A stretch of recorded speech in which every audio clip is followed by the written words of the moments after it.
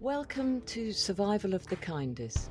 Each week, your host, Dr. Julian Abel, talks to his guests about their life, their work, and the role that the presence and absence of compassion has played. Join in the conversation by emailing us at compassion.pod@gmail.com, on Twitter and Instagram at SOTK_pod. Hello, Fred. Thank you so much for being on Survival of the Kindest podcast. It's a great pleasure to talk to you. Would you like to introduce yourself and tell us something about your background? So I'm Frederick Riley, if my mother's listening in. And something about my background. Let me think. I grew up in the U.S. In Saginaw, Michigan. And most folks from Michigan, if you grew up in Michigan, you throw your hand up because it's the shape of a mitten and you point to where you're from. And so I grew up there, spent all my schooling there, spent all of until 18 before I went off to college. But it is those experiences of where I grew up that have kind of, in my opinion, shaped me to who I am today. I grew up in one of those cities where it's a over the track city where blacks lived on one side of the tracks, whites lived on the other side of the tracks. And so I've always been keenly aware of race most of my life just because of how life in our city and the world was set up. So, what kind of a upbringing was that? I mean, was that when we look at those of us from looking from the outside, when we look at the US now, particularly after the last 4 years, we see a country deeply divided, and along racial lines in particular. Yeah. And so, was that a feature of your childhood as well? I can't say it was a big feature, but what I will say is that growing up where I grew up, you acknowledged it, but you didn't say anything about it. It's called that Midwestern niceness. So nobody talked about race. Nobody talked about the fact that I saw white people every day where I grew up, right? They drove into our city or that side of town for a job at General Motors. And then once their shift was over, they drove back to the other side of the city. But they never lived next door to you. They didn't go to the same schools as us. I had some teachers who were white, but I didn't have any white kids who grew up in my neighborhood that I would have considered a friend because we lived in a segregated Midwestern cities. And most of those cities, race is something that you know is there or racism is there, but you don't talk about it. It's the Midwestern niceness. You just kind of step over it. And it's all has always been this pot that's been boiling over and the events of the last 4 years, and more importantly, over this last summer, have brought it to the forefront. So, were you a contented child? Did you have nice family, brothers and sisters? Yeah, so I mean, I grew up. I have four sisters, two older, two younger, and I have a fraternal twin brother. A really good family. But I mean, my childhood, like a lot of African American young men who grew up in Saginaw, Michigan, was a little different. I grew up in a single parent home. My mother was an amazing mother, but she did a whole lot with very little. We lived in, low income housing. We got food stamps, government assistance. So we didn't have a lot, but my mother, who has always thought about our future, even as young kids. And so she says that she named me Frederick because she wanted me to have a strong name so I could one day get a job. And I remember, and that's the thing about race that we don't talk about, that your name can get you excluded from things in the U.S. if you have a name that sounds too black, right? But my mother, because she knew that she wanted us to have a strong foundation, when all my friends were outside playing in the summer months or after school, my mother would go at the end of the school term and she'd get the syllabus or whatever we would learn the next year, and she would require that my brother and I spent 4 hours learning that stuff before we could go have a summer vacation. So every day during the summer, my brother and I did educational learning. And so although we grew up without a whole lot, I feel like my childhood has shaped and molded me. My mother made us read the newspaper and made us talk about it afterwards. She made us read books and made us talk about it afterwards. And that wasn't the scene in a lot of the homes or and folks who I grew up next door to. And one of the, I mean, that sounds, she sounds wonderful, your mother, to be honest. And Yeah, she would. My mother's threat to my brother and I was that she would kill us before she would allow the streets to have us. And she would talk to the judge, and the judge would let her off because it would be a mercy kill. And she said she would plead to the judge that she killed us because she didn't want anybody else in the streets to do it, and they would let her off with time served. And we grew up believing her, and so my brother and I didn't get in much trouble because my mother, she that was one of the things she said to us often. so my guess is that as you were sat there doing your 4 hours work beforehand, you probably thought she wasn't always such a great mother, but you Oh no, appreciate it now. we thought she was crazy. My brother and I talk about this now. Like our mom was crazy, but it is. I think it's okay to grow up thinking your parents are crazy because it makes you think. It makes you think before you do certain things. And we didn't get into the trouble that our friends got into because our mom was crazy. So Well, I'm sure my kids think both of us, Caroline, are just crazy, you yeah, know. I think they should think that you're just a little crazy. It creates and sets boundaries. Yeah, yeah, exactly. Boundaries are really clear. Yeah, and but there's a one of the things that sometimes, as a child you don't even know that you're poor, and Yeah, it's not a consideration because you live in the heart of a warm family, and yeah. the wealth is in the warm family, not on how much you have or don't have. Yeah, I think as a kid, and probably not into my teenage years, was when I mostly knew that we didn't have a whole lot. And I think that created a certain work ethic in me that I still have to this day. I mean, I got a statement once from the U.S.'s Social Security Administration that shows that I've been paying in the Social Security Administration since I was 13 years old. Because as soon as I could get a job, I knew I needed to help out at home, and I did, and I still do. And I don't see it as a drain, but I see it as an obligation. I feel like when you've made it through and you've navigated a journey, it's your responsibility to help everybody else who's stuck on the dock to get in and get away to shore as well. And so that type of ethic is still a part of my life to this day because of how I grew up. And we're all in this together. Yes. Yeah, for sure. I'll tell you, we're all in this together is probably one of the biggest parts of my life. Like when I tell you, we didn't have a whole lot growing up, but I would see my mother going into cupboards and freezers and fridges and packing bags for my cousins or my aunts or a friend who may not have anything close to what we had. And so even though we didn't have a lot, we still shared and we still made sure that others were able to make it over as well. And I think it's an important thing that as we think about like not only compassion, but also this idea of just being a good citizen, it is helping others navigate. Yeah, exactly. And one of the ironies of our world is the people who have the least share the most. Oh yeah, they share the most and they're also the Yeah. happiest.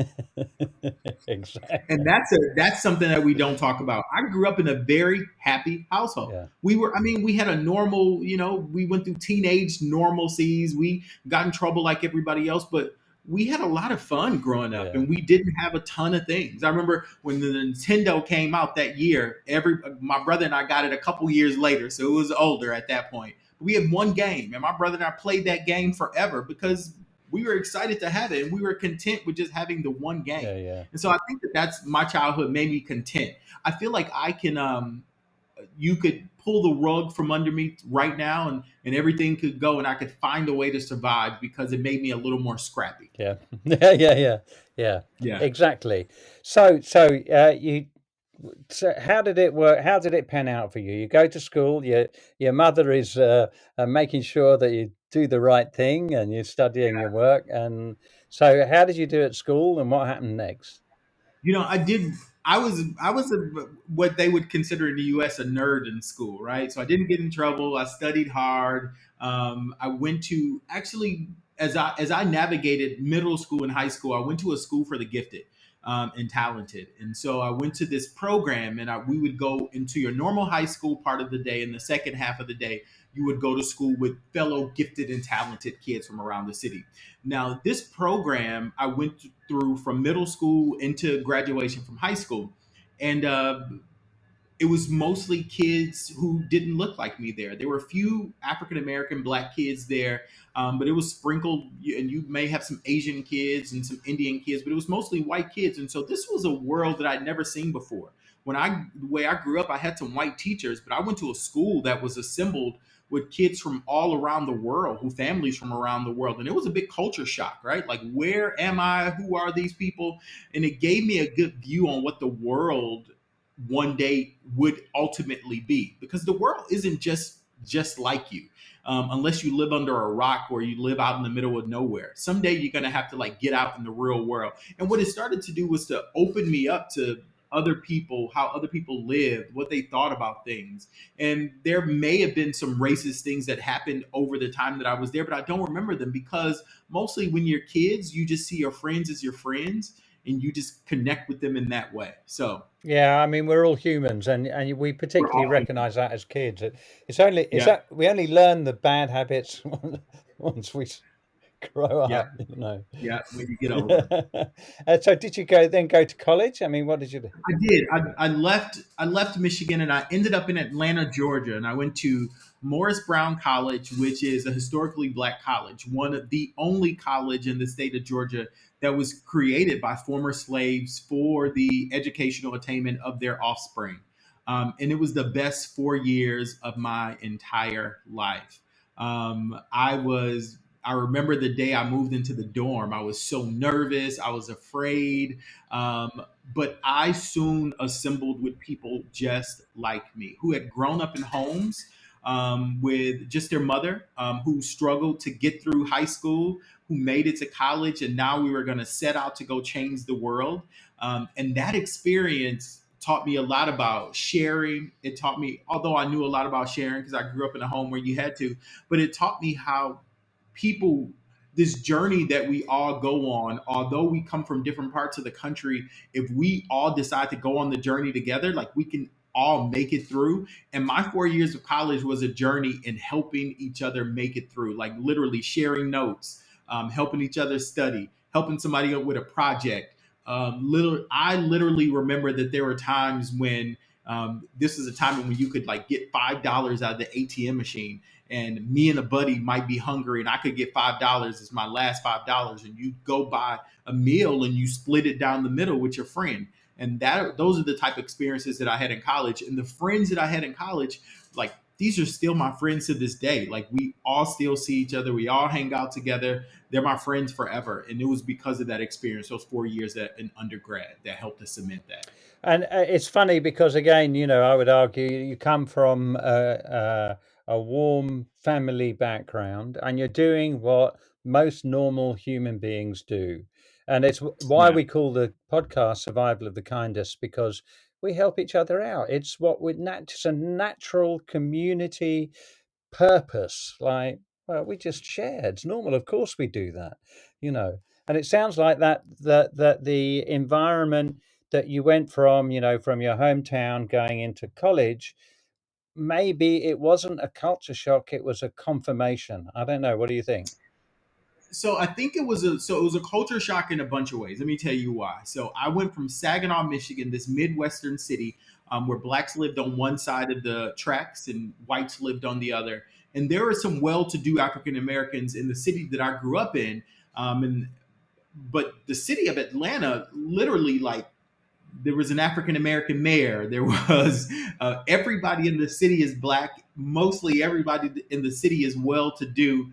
And it was, Atlanta is this humbling place to where, I'm on campus, and if you veer down this street, the home that Dr. King lived in before, as he was assassinated, is down this street. You'd be walking across campus and you might bump into a civil rights leader. And so it was this place for me, coming from this little small city to this really big metropolitan area, where people who are really helping to change the world, where you could catch them walking down the street. And so it was a culture shock from that standpoint. But from the standpoint of meeting people who were sharing and helping each other, yeah, it wasn't that big of a culture shock. But it was a culture shock because there were people from all around the world who I went to school with. Kids from New York. There was kids from the Middle East. There were kids from all over the world who went to school there, and so that was a different culture than I was accustomed to. So I have to try and understand something, looking in from the US, and Georgia was perhaps the epicenter of what happened in the election.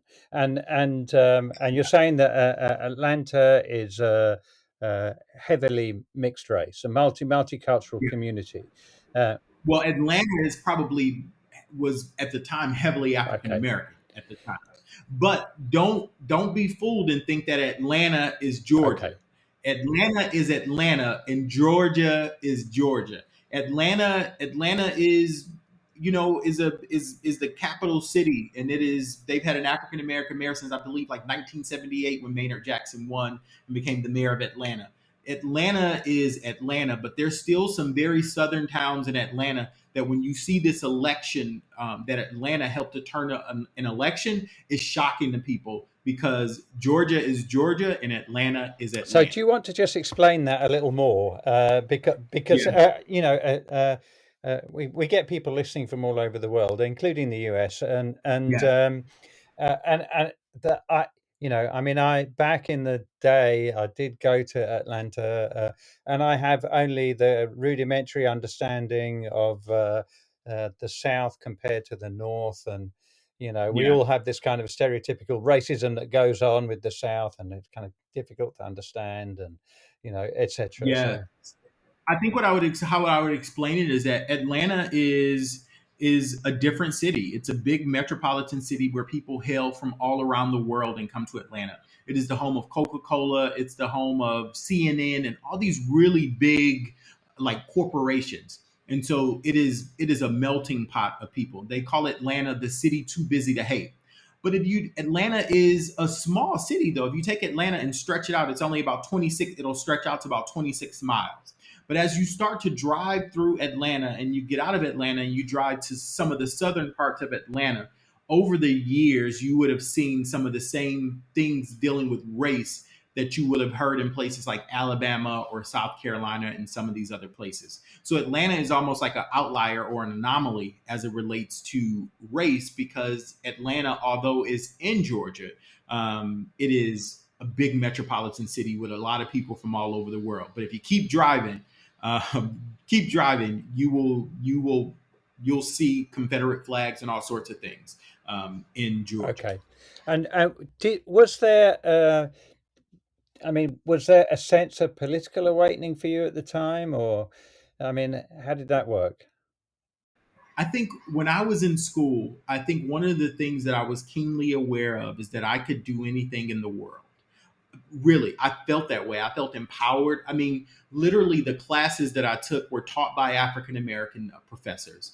And in these classes, they taught you the history of who you were and where you came from and how you got here. And they talked about the slave trade and how many of the African slaves died along the slave route, and just how important or strong you had to have been to have made it to this point to be here today, and how our responsibility to go out and change the world and usher in others along the journey was more important than ever because of this awakening that we had.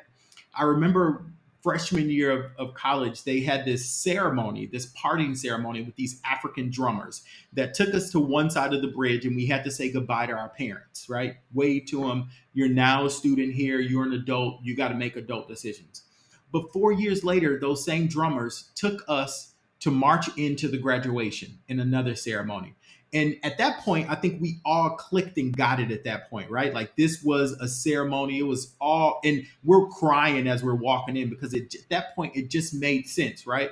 For a lot of people in the US, and especially non African Americans, college is just a rites of passage. It is the next thing you do after you leave high school. But for a lot of us, or most of us, most kids, most young people who go to historically black colleges, about 79% of them are first generation college students, meaning they're the first in their family to go.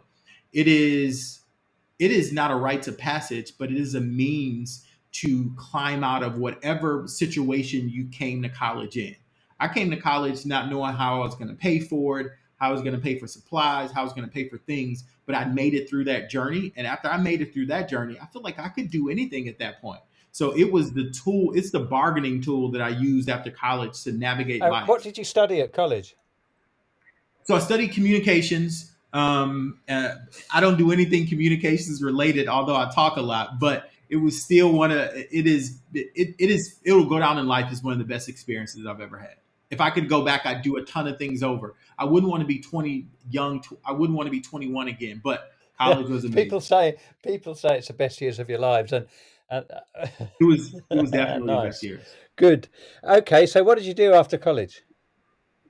So left college, went on and got a master's degree, and then ended up working in fundraising. I worked for 16 years for the YMCA in the U.S. And so started raising money for annual and capital campaigns.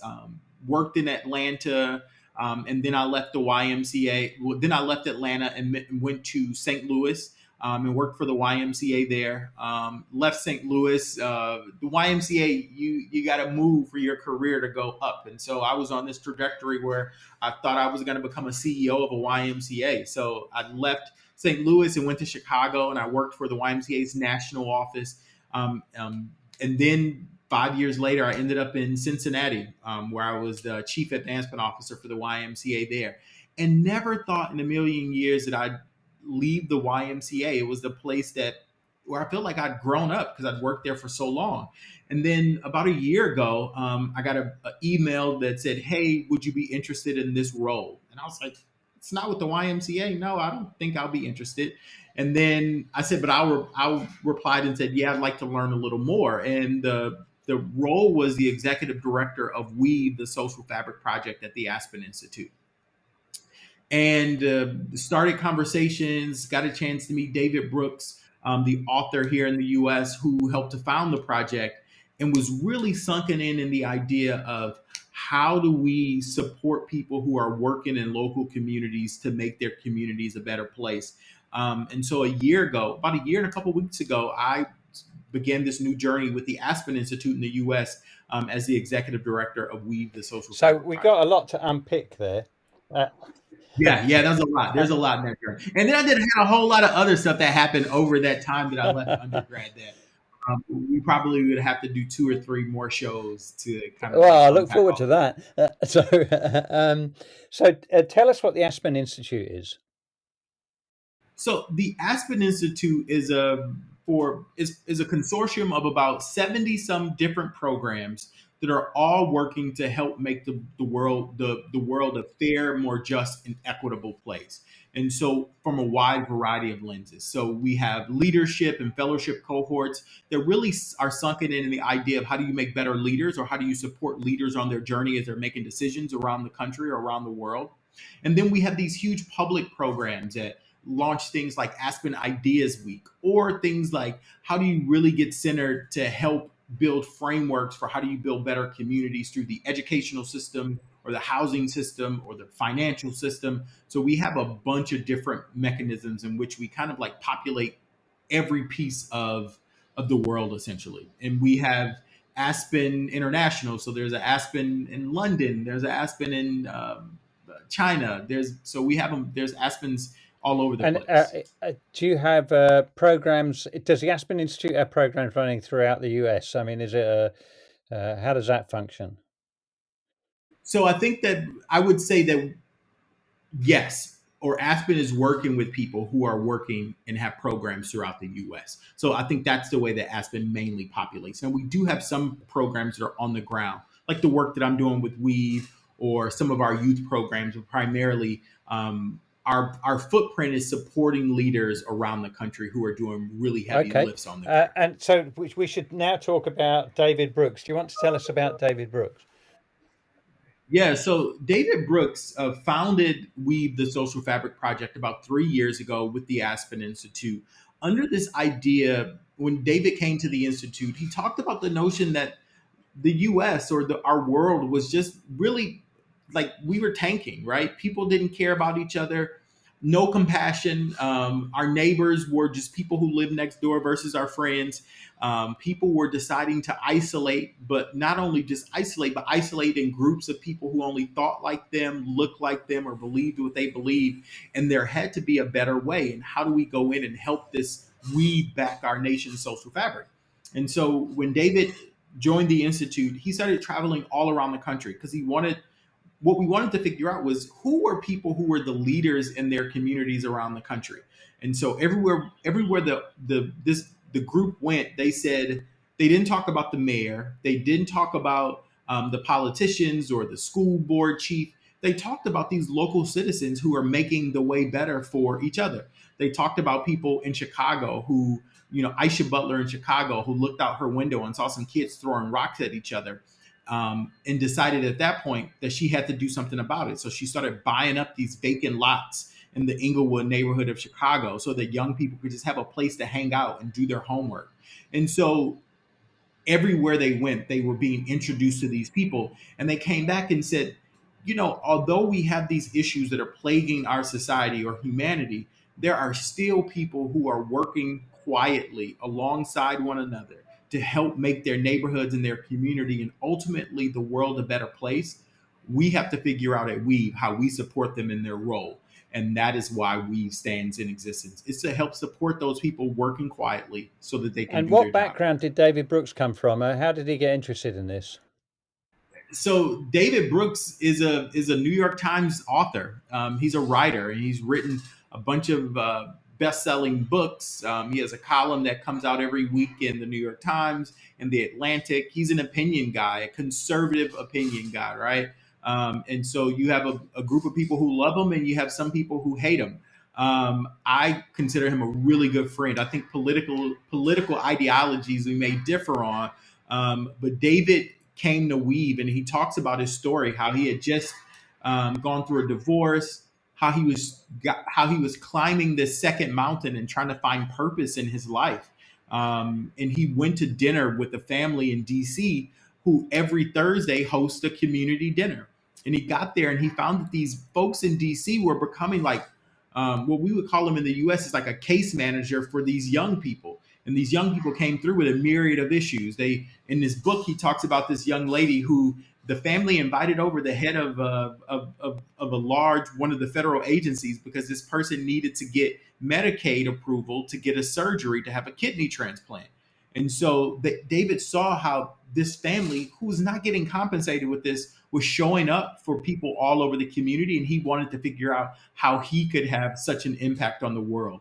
And that's how Weave essentially came to be. And you describe him as a conservative opinion maker. What does that mean exactly? So I think it's all fiscal as it. So I have a hard time because I feel like I don't even know like which side I fall on, but most of them would consider Democrats or Republicans. Republicans would be more conservatives and Democrats would be more liberal. And I think that's how in this country we divide the line. If we were to, I mean, the trouble with labels is that they hide a whole host of things. They hide a whole host of things, but they also divide us, right? Yeah. They just divide us. They make us separate. Yeah. And in this country, Democrats and Republicans don't hang out. If you support one candidate over the other, you don't hang out with one another. And I believe that just doesn't make sense. It doesn't make any sense at all. And I'm imagining the reason I ask is I can imagine, like if you say you're a conservative opinion maker in the UK, then you might be branded as a misogynist and racist and and lacking in compassion. I'm sorry, but Yeah. Well, and I would say in the U.S. as well. I think ultimately in this country, when we think of conservatives, they're people who want smaller government and smaller and a less amount of support of people, right? Less welfare and all the other things that folks who have less would want from the government. And when you say liberals, those are people that want to give handouts to everybody. And I think that is what people automatically assume. Okay, and there are serious uh, conservatives who have an economic argument that isn't as crass as a trickle down, which is a kind of stupid economic argument that we know doesn't work and is a way of the rich staying rich. I mean, it's just Yeah, nonsense. Yeah.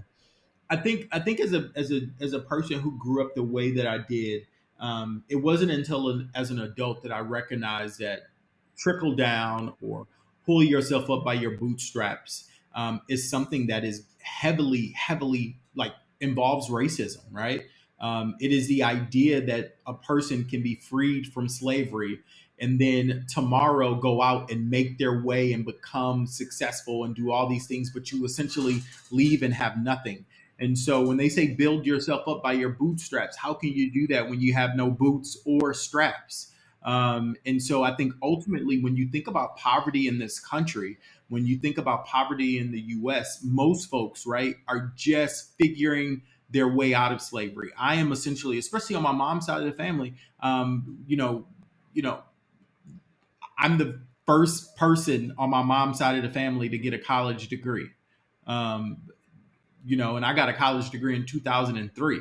Slavery ended when, and so we have Yeah. to like take account for that. If I had a kid right now and I kicked my kid out at 16 with nothing, could I expect that they would turn around and at 28 or 26 be successful? No, because there's some governing or there's some support that you have to get to make that happen.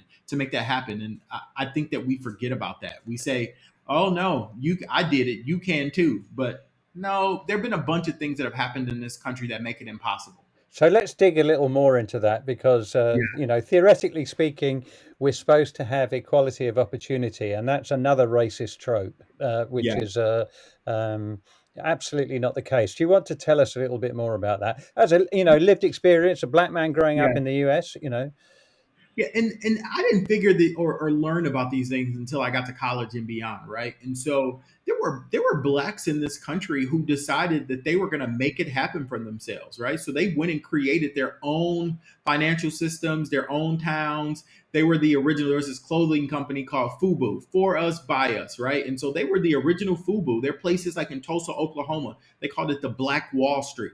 And so they had their own barbershops, their own banks, their own everything. And then folks got upset and they got upset about something that happened in the city. And you know what they ultimately did? They burned it down. oh man, And then also in this country, there was they talk about the $5,000 soldiers who went to World War II came home from World War II in the U.S. Black soldiers and white soldiers fought alongside each other, and they decided at the time that they wanted every soldier to be in the middle class because they said it was only fair. They defended and fought for their country. White soldiers came home and they got $5,000. $5,000 GI Bill that they bought homes with, right? They went and bought a house. And so you buy this house, and over the years, that house turns into $500,000 worth of equity. And that equity, they sent their kids to college. They bought bigger homes. They bought cars. They took care of their families with that $5,000 and ultimately climbed out of poverty, right? You know what the black soldiers got when they came home? Zero. I did know that actually. I did know that. And so and so how do you climb out of poverty when you're just not treated fairly like another group? And then and let's not talk about uh, housing in this country. African Americans were relegated to a certain part of town. They put you in this part of town. They call it the ghetto. There's no businesses there. There are no corporations there. They're nothing, right? And so you go and you are put in this part of town. And then they create this thing and they draw a red line on the map. And they say, but if you live in this part of town, you can't get a federally backed loan. So even if you have enough money, you can't buy a home here. So you're going to be renting. And do you know who owns the home in that neighborhood? Not the black people, right? And so you're just paying somebody else rent.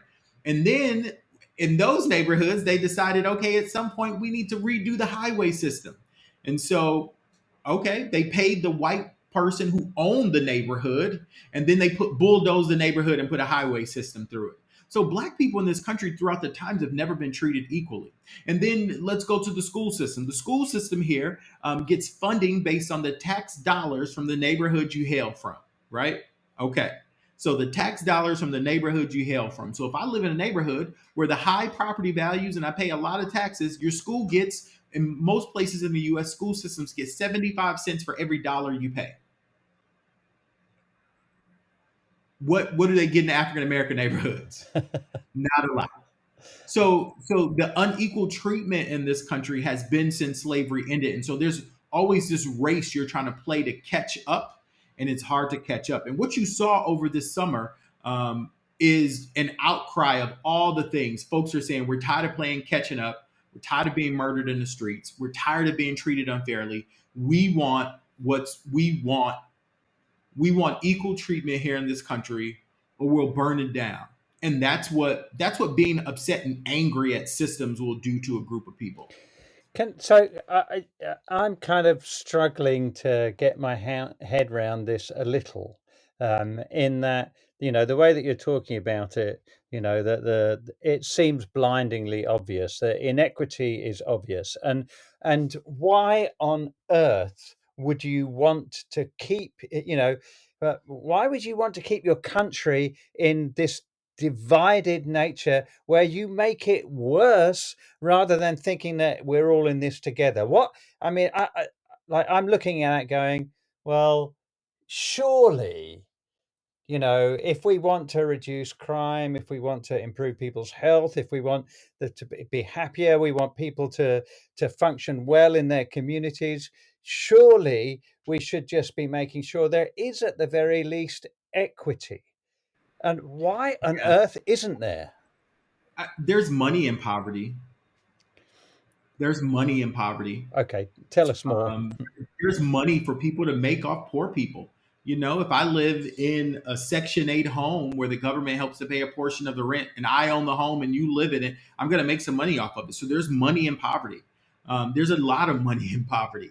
And so I think, and some people have blindly gone through life and not seen these things that are glaringly obvious. So I'll say that as well. I don't think everybody wants this, but I think when it doesn't affect you, it doesn't come to your doorstep, when you aren't really touched by the issue, you tend to close your eyes and pray that it's not there.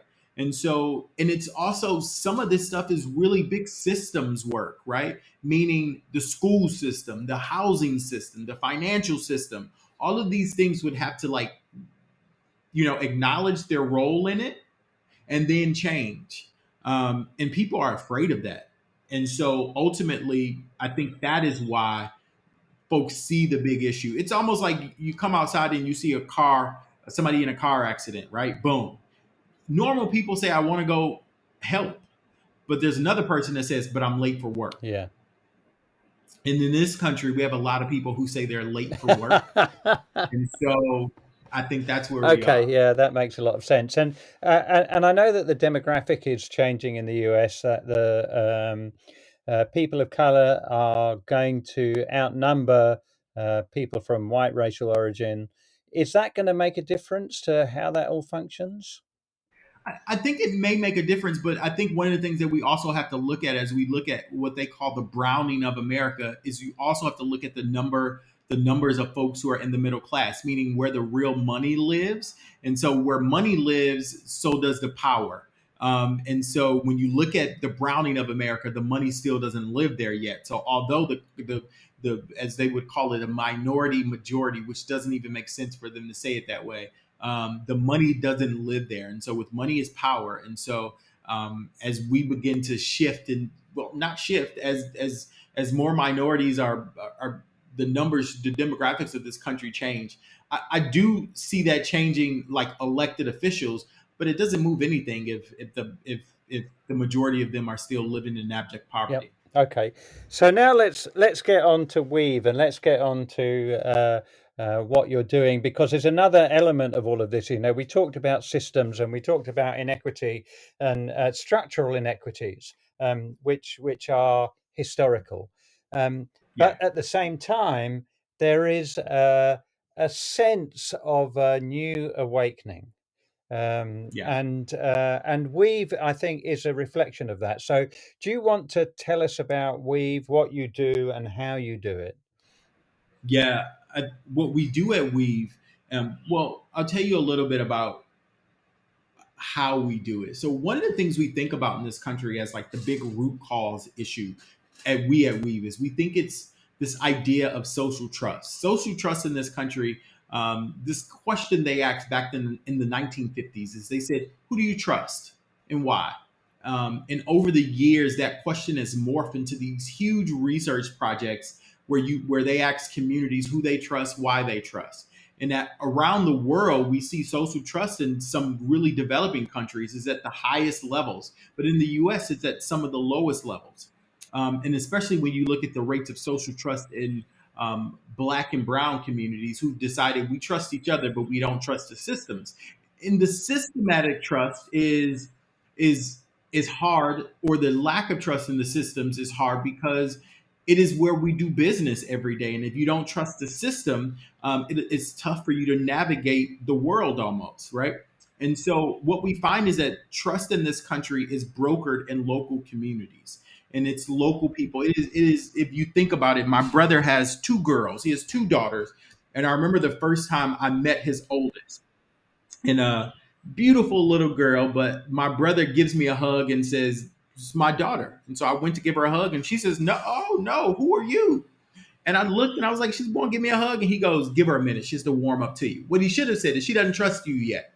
And so over that weekend, my brother hugged me and he'd look at her and say, "Don't you want to hug my brother?" And she'd still be a little timid. But over the weekend, as the weekend went on, as my brother was even warmer towards me, she lightened up a little bit. And so by the end of the weekend, I couldn't get her away from me. And so, but that's how trust is in a community, right? So if you were to come into my neighborhood in Michigan and walk through, right? And they say, "Fred, do you know this guy, Julian?" I'd say, "Yeah, I know Julian. I can vouch for him. He's a good guy." The whole neighborhood trusts you. And that is what our weavers are doing in their communities. Our weavers, who I like to call them as trust brokers, are saying to entire communities through their work and how they're ushering their community on, "You can trust this group. You can trust this system. You can trust this person. Let me give you advice on how to navigate it." Now, those folks who are doing this in these communities, they aren't running big multi-million dollar organizations. They don't have a big staff. And so we figured out that our role has to be, how do we help to resource them and how do we help to fund them? That's one of our biggest roles. How do we then collectively raise their voices together? Because as we think about local communities in the US, it is where all the power lives. And when I think about people who work in like big corporations or even the job that I do, Julian, I go home at night to a local community. And so why would I want to make a decision about an entire community as just one person? It's unfair. So local community voices should be the voices that we listen to as power brokers. And then ultimately, we've decided that we have to also help to inspire a new generation of folks, of weavers. Because I think about one of the things we think about is this idea of trust in young people. Young people between the ages of 18 to 24, 26 have decided we don't trust anybody or anything. And if our young people decide that they don't trust, we've lost our entire humanity. Because trust, social trust, drives our economy, it drives the stock grocery store shelves. It drives life expectancy and life happiness. It even drives rates of things like suicide. And so as we think about the anchoring issue, I think Weave has a part in helping to support the anchor issue, which has all these tentacles to all these other issues that our weavers are working on around the country. And our job is to support them in three ways. How do we amplify their voices? How do we inspire a new generation? And how do we connect them and connect them with resources? And how are you doing that? So we're doing that through a bunch of different things. We've created an online community where weavers from all around the country are connecting with each other, sharing resources and tools. This year, we just piloted a program in the city of Baltimore where we're giving away funds in local community to local weavers so that they can do their job better. We've created a speakers bureau so that as we are giving invitations to be on stages, the next time you send an invite for somebody to join the podcast, I'm going to send you over to a weaver and let a weaver get an opportunity to share their story, because we believe the more opportunities we give to our weavers is going to help to inspire a new generation. So those are just a couple of the things that we're doing, but we have a long laundry list of things we're doing. An advisory board. We are creating these weaver journeys as we think through inspiring. Like, what are the journeys? A lot of these folks just woke up one day and decided they want to give back. What catapulted them to want to give back, and how can we show others this journey so that they can emulate the journey as well? So we have a bunch of things that we do to help support our weavers around the country, but also inspire a new generation. And how do you identify the weavers in the first place? So in some ways, in a lot of instances, we've collected them throughout our travels. A lot of weavers self-select, but then we had to get really scientific, and we're still like working on this. Like, what is an actual weaver? And we think it's a group or a person who saw an issue, thought that it needed some work to do on it, and leaned in to do it. Now, some of these folks are starting entire organizations, or some people are making sandwiches and handing them out to the homeless. And then there are some people who just decide, I don't want to create anything, but I want to support something. So they go and they work as a crossing guard, or they go sing songs at a senior living facility. Those are people who just decided, I want to give back and I'm going to go do it. They're all weavers. So these are uh, anyone who is doing anything to build community and build social cohesion. Yep. Okay. So Yep. do you want to give us some highlights of the people that you've come across who are doing stuff? Who stands out and what did they do? Yeah, so I think I talked earlier about Aisha Butler in Chicago. Aisha stands out because Aisha has created a really big, thriving organization in what could be considered a rough neighborhood, and is bringing entire communities together with her work. Or Ernest in Chicago, who grew up in the same neighborhood where he's now resourcing, decided that he needed a space for kids to really find a place to connect and be mentored, and so he started an organization. Or there's a crossing guard out.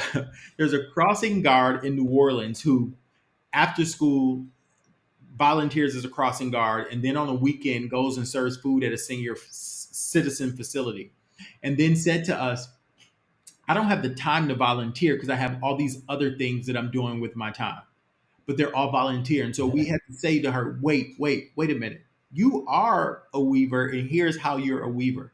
But I think folks who are weavers can do these big complex things to help change their community, or they could also be like my grandmother who used to cook extra food just because she knew somebody who lived on her street may be hungry and may need some food and may stop by for something to eat. You can find another path towards life, no matter where you are. I think folks think that you have to do this big grandiose thing to give back, but ultimately it can be the most simplest form of giving back as long as you're content with what that is. So that's some of the language and some of the kind of ways of working are very similar to stuff that comes out of the ABCD Institute, and we had Cormac Russell on talking about that and talking about um, the terminology that he uses is about thinking about what your gifts are. How can you Yeah. give? And How can you then give up your gifts? Yeah. yeah. And then also about what's strong, not what's wrong in a community. That's a Yeah. place you start. Yeah. What's strong? Yeah. I agree. Yeah, And I think oftentimes we see things that are wrong. Like I walk outside and I'll see a trash can overturned and say, somebody ought to clean that up. yeah, And I'll come back home and say, somebody really should clean that up. But I'll tell you what our weavers are doing. Instead of saying somebody, they're saying, I'm going to clean that up. I'm yeah. going to go pick up the trash. And I think ultimately, if we have that type of attitude as it relates to things that we see in the world, then I think we can tap into what's strong about the community versus what's wrong. Yeah, and if I'm not mistaken, Aisha, there's a film about Aisha on your website, Yeah. Mhm. and she describes this story of living in opposite this area of land which is littered with rubbish, and she's there Yeah. with her husband, and she thinks, oh, I've got to get out of here. It's depressing, and then she goes, no. Yeah. I'm going to clean up this place because it's really important that good people stay here and do something for the community. And Yeah. it all flows from that really simple way of saying, oh, it's another word that comes up, which is accountability. And the Yeah. accountability is not to somebody calling you to account. It is us owning what's going on around us, that we're all Yeah. part of this. And we're all responsible and have this moral obligation for each other. Yeah. I think that's the thing that we often forget. I'll tell you, sometimes I feel very guilty of leaving my hometown to go to college and then moving all around the country. I think I'm in my fifth or sixth stop since I left home. And I feel like I have so much I could have offered if I would have stayed. But there's this thing that we often tell young people is to go get a degree and go out and go change the world, but go change it somewhere else. And I think that you can be just as impactful in your own backyard. And so maybe one day I'll have an opportunity to go do work hyper locally where I grew up. But I think it's something that we also have to think about, like stop pushing people out and telling them they have to go somewhere else to make a name for themselves. Yeah, exactly. It's about everyone taking responsibility for wherever they are, Yeah, and creating community. And if it's a community that making sure there's another facet of it is making sure that no one is left out, yeah, and seeing what's good in people, and then making sure no one is left out. yeah. And so the next question I have really is is it growing? Is it working? Is it growing? How do you know it's working? In respects to weave, Yeah. yes, it's definitely growing. I think we judge. I think well, most people judge growing by budgets here in the U.S. But I think I would gauge that it's growing just by some of the things that I hear from people, or the number of people who reach out to us for support. We launched a new strategic plan late last year, and the number of people who want to be a part of it, who are asking us questions, who want to do more with the work. Our online community is growing daily. The number of people who are signing up to become weavers is growing daily. And at some point, we'll be able to quantify that with like real numbers of how the work that our weavers are doing is helping to move the needle on trust. But it's definitely growing, and it's growing because we have more and more people leaning in to say, "How do I become a weaver? What can I do to become a weaver? Can you give me some help in my journey to do that?" And so I'd say yes. So some of that is around talking about it, so that people at least get to hear that this is going on, and like we're looking from the outside, and Yeah, it's a bit. and I'm talking about it a lot. I'm always I have something going on like every day where I'm talking about Yeah, it. yeah, So, and that makes a tremendous difference. oh yeah, Yeah. we'll have an article. We'll release something, and then the next day we hear back from 100 people who want to figure out how they can be a part of that thing that they just heard about. So, yeah, it's definitely growing. Okay, and so the next question is about, well, okay, uh, so one of the the one of the people who coined the phrase social capital is this Robert Putnam, who wrote Bowling Alone, and he describes how that when he was growing up, the communities weren't so racially divided. I'm not sure if he's right or not, but he was saying I that. don't know where Robert Putnam grew up, but Yeah. But he says it's whatever, it's worse now. And so the question I have is about, well, uh, you're working with Weave, and there's an assumption that this is happening in disadvantaged communities, in not and rich and wealthy communities. But in terms of wealth, if we re-examine what it means by wealth, we can say that wealth is the associational life. It's social connectedness. It's a warmth of relationships, and it's not to do with money. And you can look at monetarily wealthy communities who are really poor because their social relationships are uh, so dominated by transaction rather than human warmth, if you like. yeah. So how is that playing out? Because if the what's happening in the US and everywhere else is to heal, then we need to make everyone relate to everyone else. It's that how people, who do you consider to be part of your community, and how is Weave helping that particular aspect of what's going on? So I think I respond to that probably in a couple of ways. I'd say I do think the wealthiest of people are people who have access to relationships, but I think it's the type of relationships. I think before folks will start relating to each other, we have some things that we have to fix first, right? Let me tell you why. If you go into a community, I lived in Cincinnati for about 2 years, and there's a community that's about it's an African American community, and it's about 2 miles away from um, an adjoining community of Caucasian people. And the folks who live in this 2 mile radius of a neighborhood the life expectancy is probably 10 to 15 to 20 years um, death earlier than the people who live 2 miles down the road. And it's all because of race and income. And so I think it's hard to relate to people when you know you're going to clock out 20 years ahead of your neighbor just because of the color of your skin. And it's all because of racism, income, and so forth. And so I think Weave is like helping to support people who are bringing groups together to have those conversations.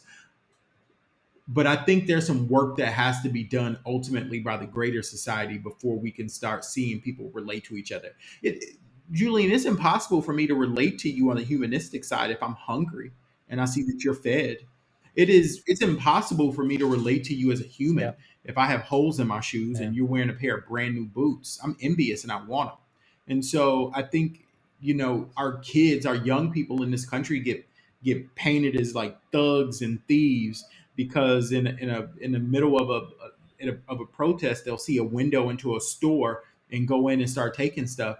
But I'll say that's almost symptomatic of the commercials, the magazine covers, and all the things that we in this country glorify as the trappings of success. And so the minute I get a chance to get it, I'm going to go take it.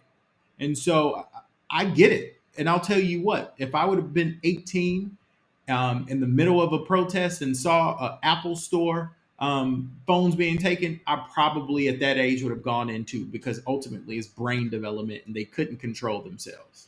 Yeah. I don't even know if I answered your question, So Julian. I'm asking for a question of hope. I'm saying, how do you see that being healed?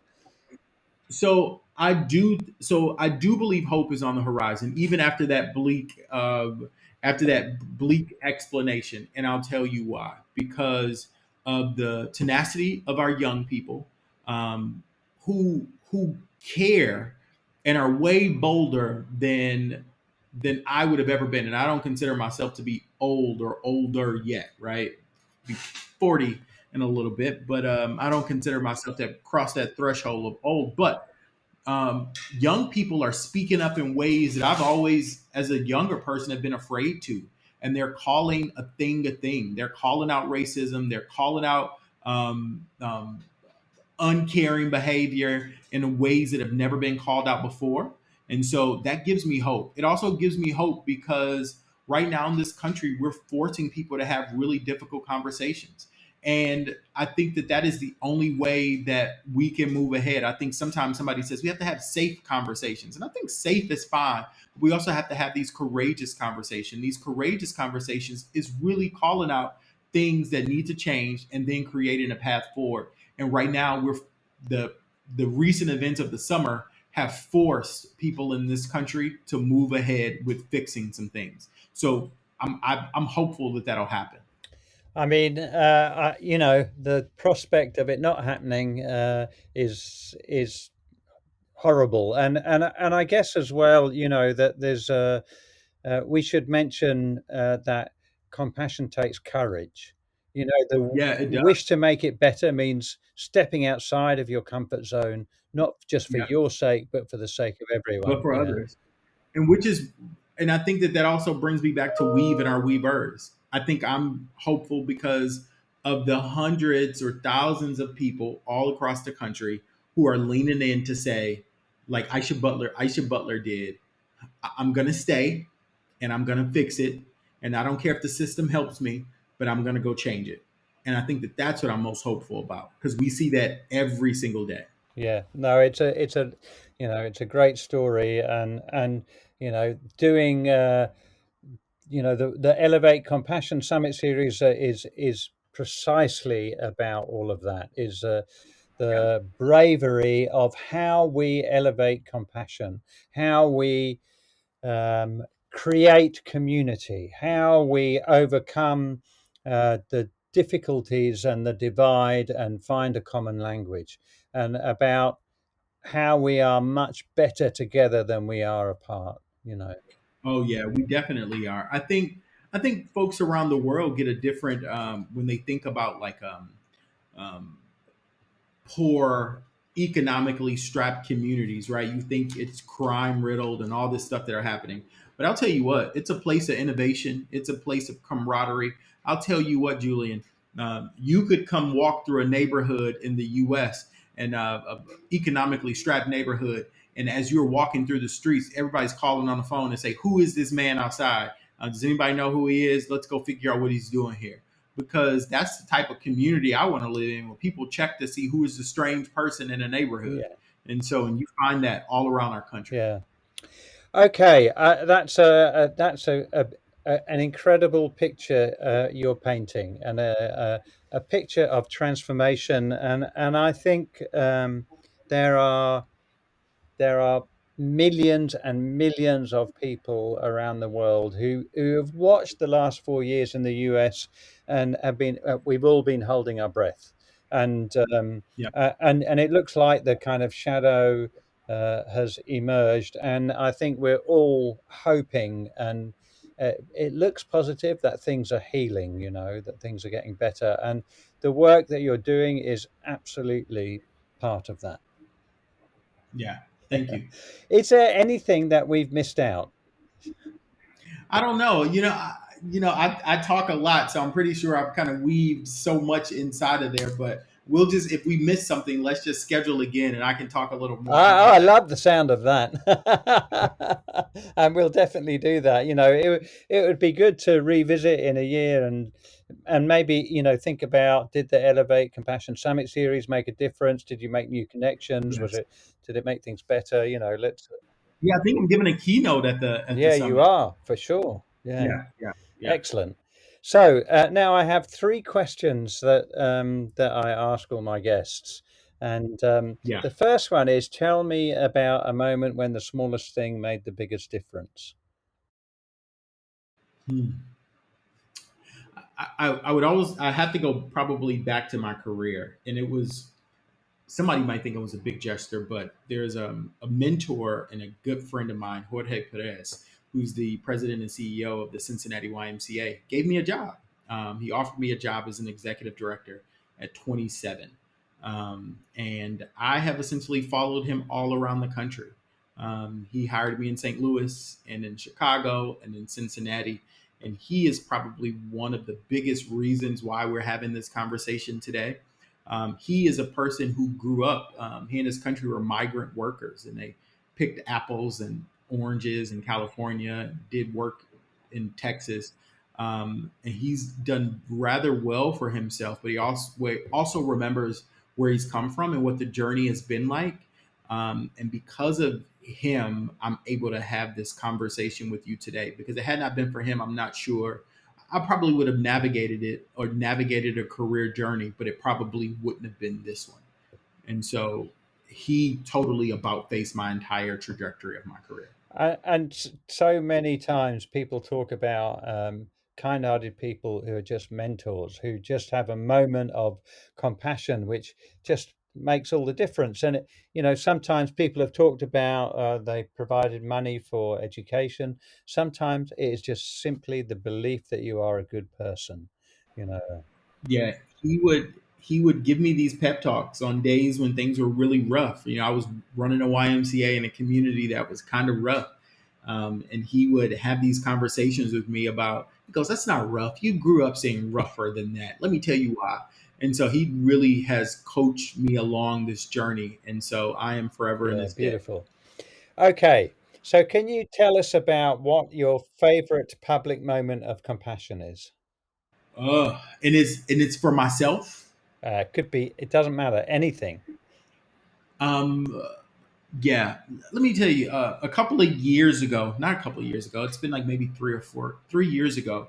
I've been on this journey to a health journey. So I've lost about 145 pounds. Yeah, I still work out every day, but it's been a spirit, mind, and body journey. Like literally, it has been like I've got my mind together. But I told my story of this journey that I've been on in a room full of about 1,000 colleagues from all around the country, and I told a portion of my story that I still get a hard time telling people that I was gonna commit suicide.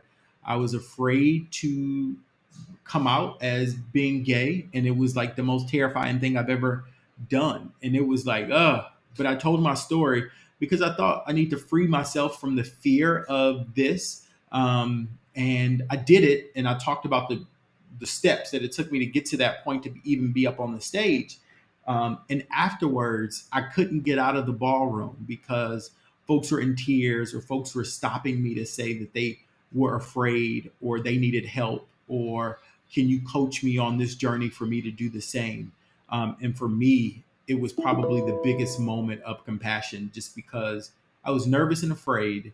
But just that camaraderie of knowing that there were other people who were still struggling really made me know that I was right for doing this, and that I could continue to tell the story, and there was nothing for me to be ashamed of. Absolutely. And again, that thing about compassion and bravery are so intimately linked, and Yeah. in particular, the motivation of doing stuff for other people, not just for ourselves. Yeah. That's an amazing story. £145, that's a lot, Fred.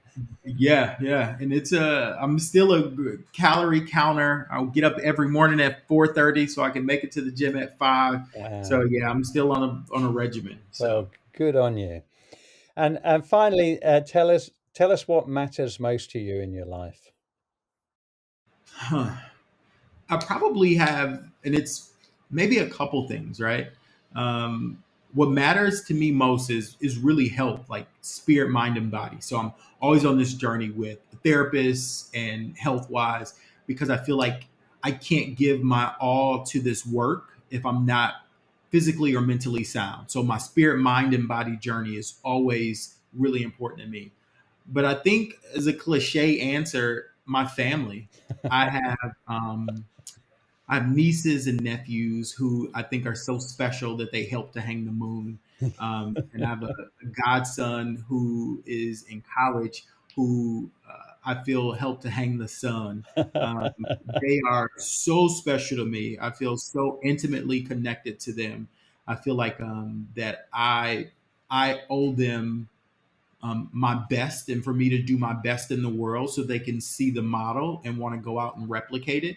And so I feel like, not that I have to not show them the human frailties or the nuances that make me human, but I feel like I owe them the opportunity to see some of the best humanistic sides of myself, so that they can have a good guide on their journey through life. Yeah, Because I think most of life, Julian, is this blindfolded journey that we all go on through as adults, right? And you and I talked earlier that most of us as adults are plagued by things that happen to us as through a child, right? And so you can either let that guide you through that maze, or you can let this adult, as you're blindfolded, clap you through a maze. And if you can picture that, you're blindfolded and somebody is clapping you to the other side to get to the exit by the sound of their claps. You got to get really quiet. You have to trust them, and you have to be prepared to stumble and fall as you go through, but knowing that that person is still there clapping for you. And I want to be that clapper for them. absolutely. And we will always stumble and fall, and we Yeah. must be allowed to. It is not wrong. Yeah. It's how we learn, Yeah. for sure. Well, it's been such a pleasure to talk to you, Fred. And Yes. It's always a pleasure to connect with you, Julian. yeah, it's great. And we'll definitely connect more. And one day, this whole COVID madness will be over and we'll connect face to face. Well, I think I told you the about my first trip to the UK in the seventh grade, and I probably should have talked about how well that is probably one of the things that changed my life. Like, I feel like going there in the seventh grade, and staying there with the host family has opened my horizon up. I have a travel bug because of it. I love to travel, and I love to go explore and see new places, get immersed in the culture while I'm there. And Yeah, so beautiful. yeah, Well, I look forward to catching up with you in the UK at least. Yeah. yeah, definitely, Okay. definitely. Julian, thank you so much for the Yeah, opportunity it's, today. it's a pleasure. Thank you. Thank you, Fred.